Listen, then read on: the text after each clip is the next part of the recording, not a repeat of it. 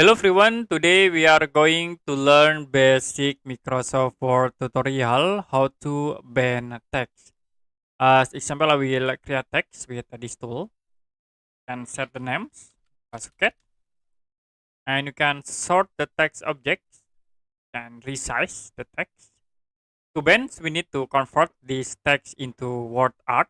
You can go to insert menu, click on word art.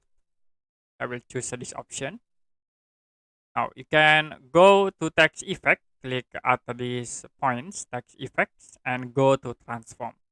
So there are a lot of options to bend these text objects. Like as example, I will use this option. You can click, and then you can resize by clicking at these points to bend, or you can move to drag here. Okay, that's it for a basic Microsoft Word tutorial how to bend text. If you have any question about tutorial, you can comment below this video.